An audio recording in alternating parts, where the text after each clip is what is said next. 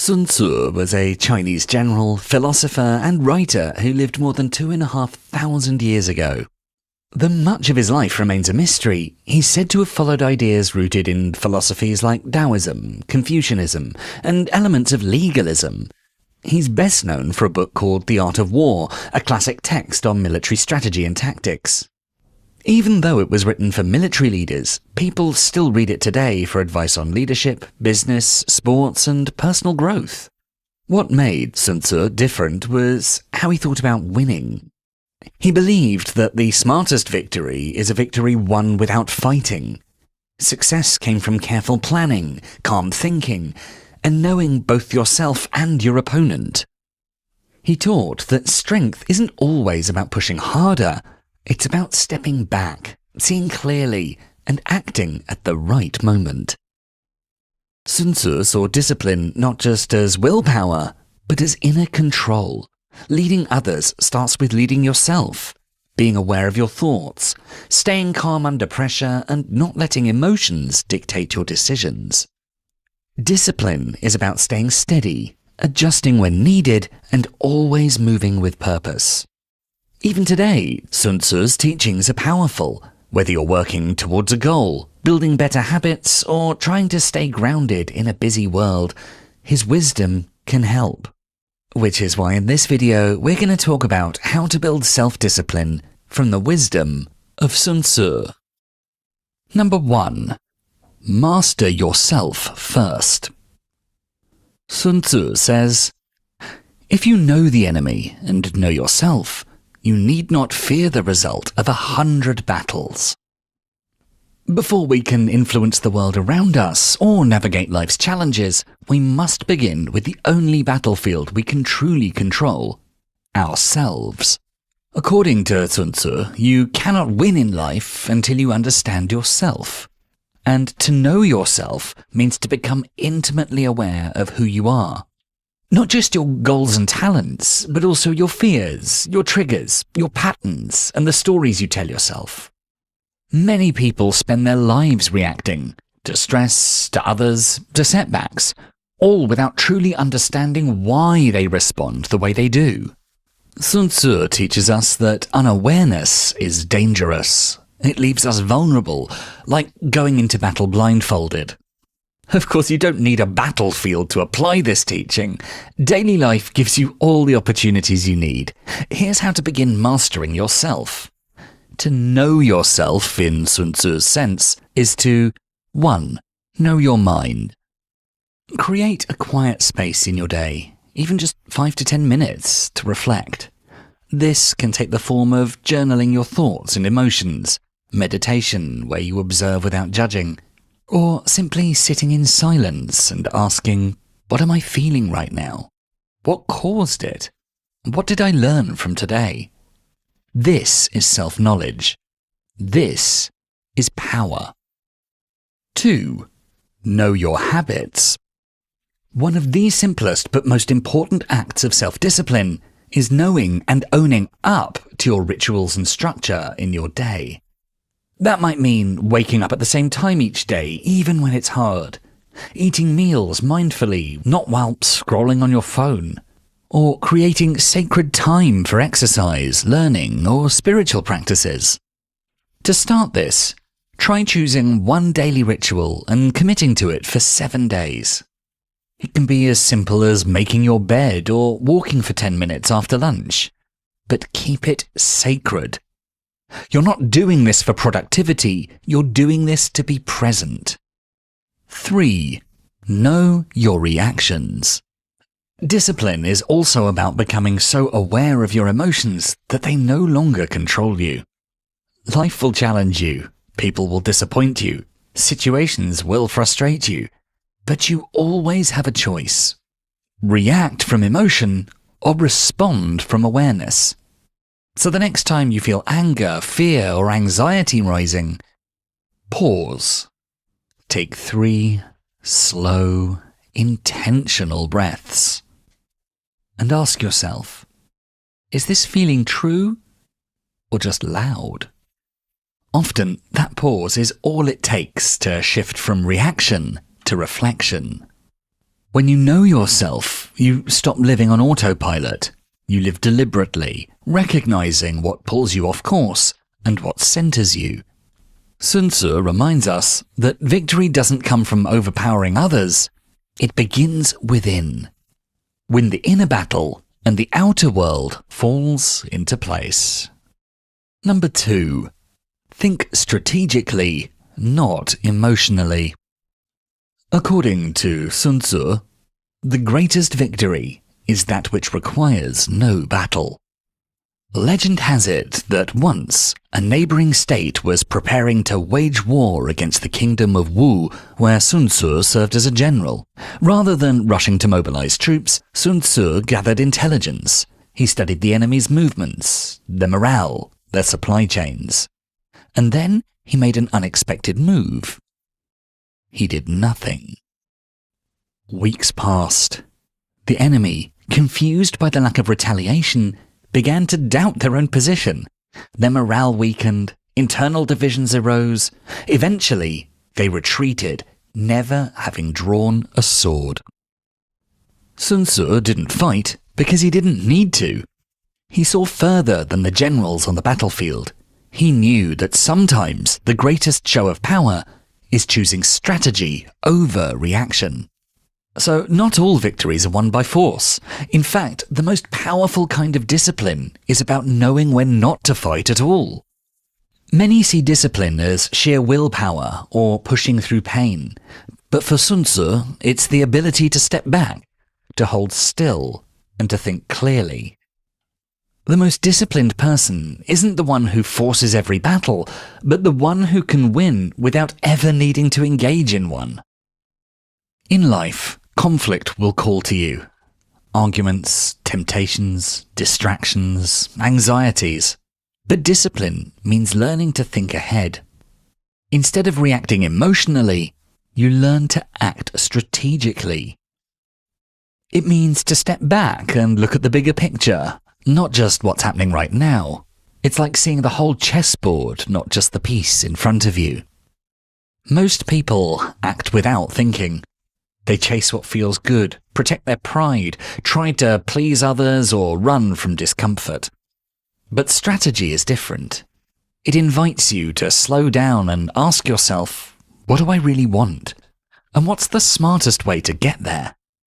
This kind of thinking requires calm. It requires space between trigger and response. And it requires the courage to put your emotions in the passenger seat, not the driver's seat. Let's say your boss criticizes you in front of your team. The natural reaction might be to snap, to defend yourself, or to feel offended. But what if, like Sun Tzu, you paused? You took a breath. You stayed calm in the moment. And later, in private, you speak to your boss, you express how you feel, ask for clarity, and handle the situation with dignity. You didn't run away from the problem. You simply chose a wiser way to deal with it.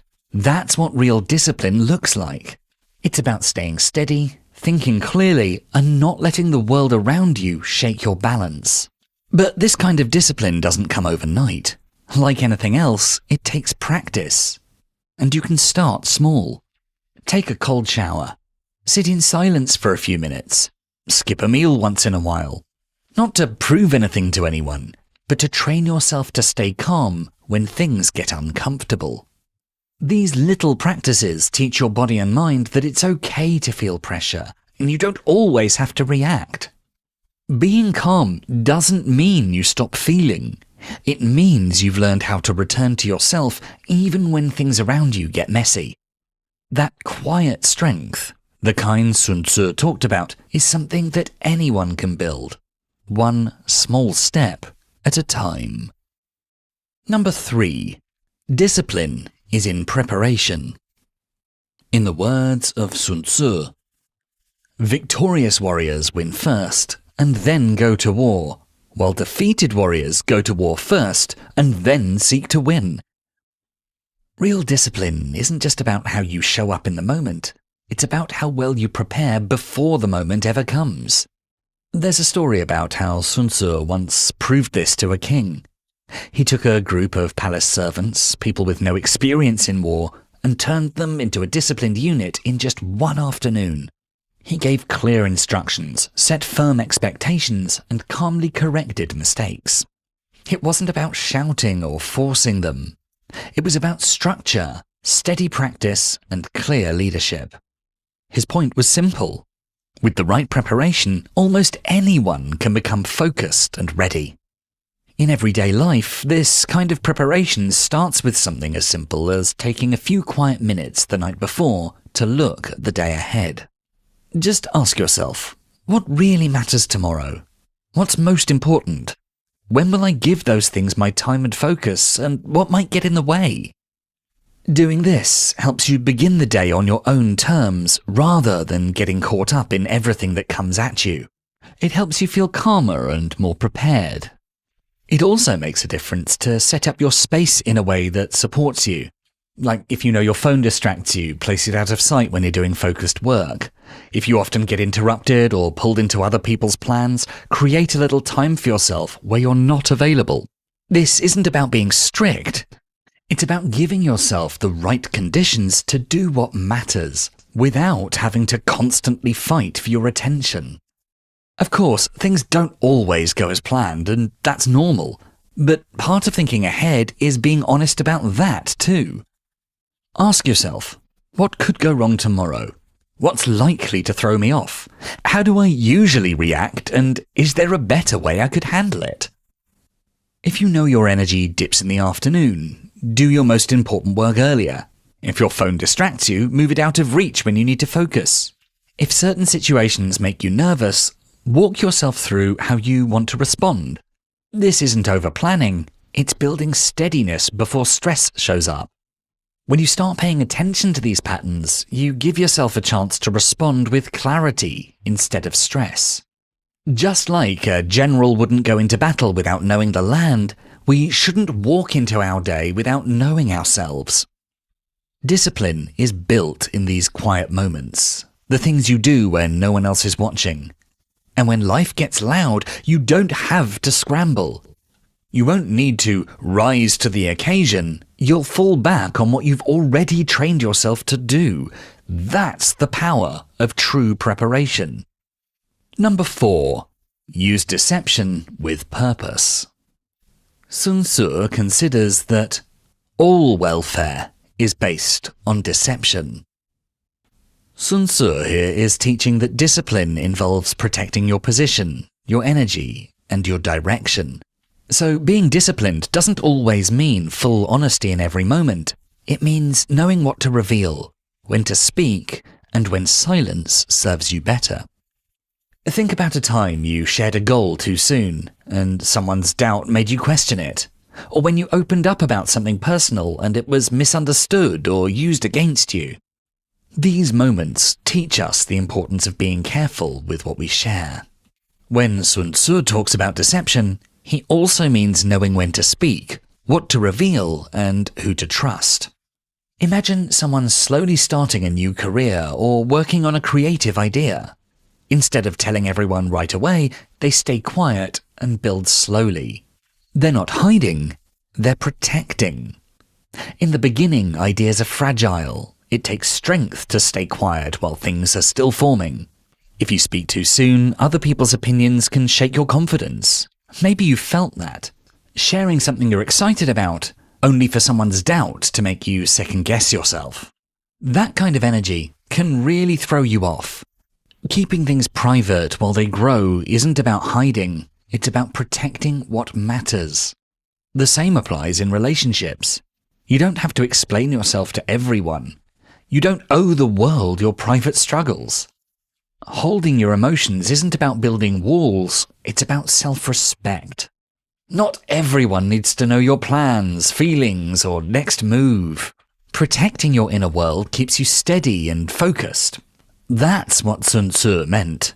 Not about tricking others, but knowing when to speak and when to hold back. Here's a few things you can try to be discreet. Journal your goals privately instead of announcing them, allowing them to grow quietly. Observing others carefully before revealing too much of your own thoughts or plans. Creating boundaries around what you share online or with certain people, not from secrecy, but from clarity. Discipline isn't always about doing more. Sometimes it's about doing less, saying less, showing less, but thinking clearly. That kind of quiet strength can carry you far. Number 5. Adapt without losing purpose. Sun Tzu once wrote, "Water shapes its course according to the nature of the ground over which it flows." Water is soft, but powerful. It doesn't fight the shape of the land. It moves with it. It adapts. And yet, it always keeps flowing towards its destination. That's what real discipline looks like. It's about being steady even when everything around you changes. Life is full of the unexpected. Plans fall through, routines break, people let you down. You might get sick, tired, overwhelmed, or just wake up one day feeling off. These moments don't mean you failed. They're just part of the terrain. And when they come, you have a choice. Resist and get stuck, or adjust and keep moving. A disciplined person doesn't cling to the way things should be. They stay committed to their purpose, but flexible in how they get there. Think about water again. It never stops moving. It flows around rocks. It finds new paths. It keeps going. That's how we can live. You don't need the perfect day to make progress. You just need to stay in motion. For example, if you miss your morning routine, that doesn't mean the whole day is ruined. Maybe you do a shorter version later. If your work schedule shifts, maybe you focus on one important task instead of 5. If your energy is low, give yourself grace and do what you can. The goal is to keep showing up. It's easy to give up when things don't go to plan. But when you can adjust without losing your direction, you become much harder to knock off course. You stay rooted in what matters, and you trust yourself to handle whatever comes. So when something changes, instead of reacting, pause. Ask what's still possible right now. Water doesn't lose itself when the ground shifts. It keeps flowing, and so can you. Number 6.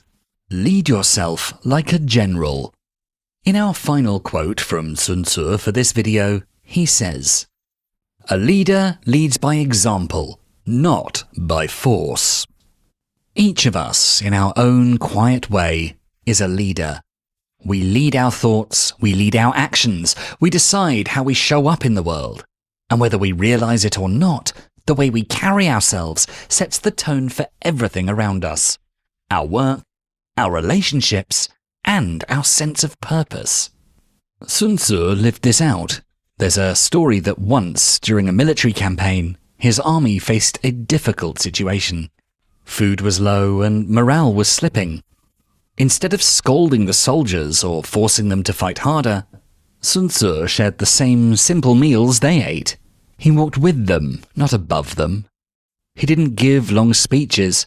He showed discipline through his actions. His calm presence and steady routines gave the army confidence again. They didn't just follow his orders, they trusted him because he led himself first. Think of yourself the same way, as a general of your own life. This doesn't mean being hard on yourself or living with strict control. It simply means living with quiet responsibility. You're in charge of your time, your energy, and your attention. No one else can truly command those things for you. And when you begin to treat them with respect, you naturally begin to move with more clarity and strength.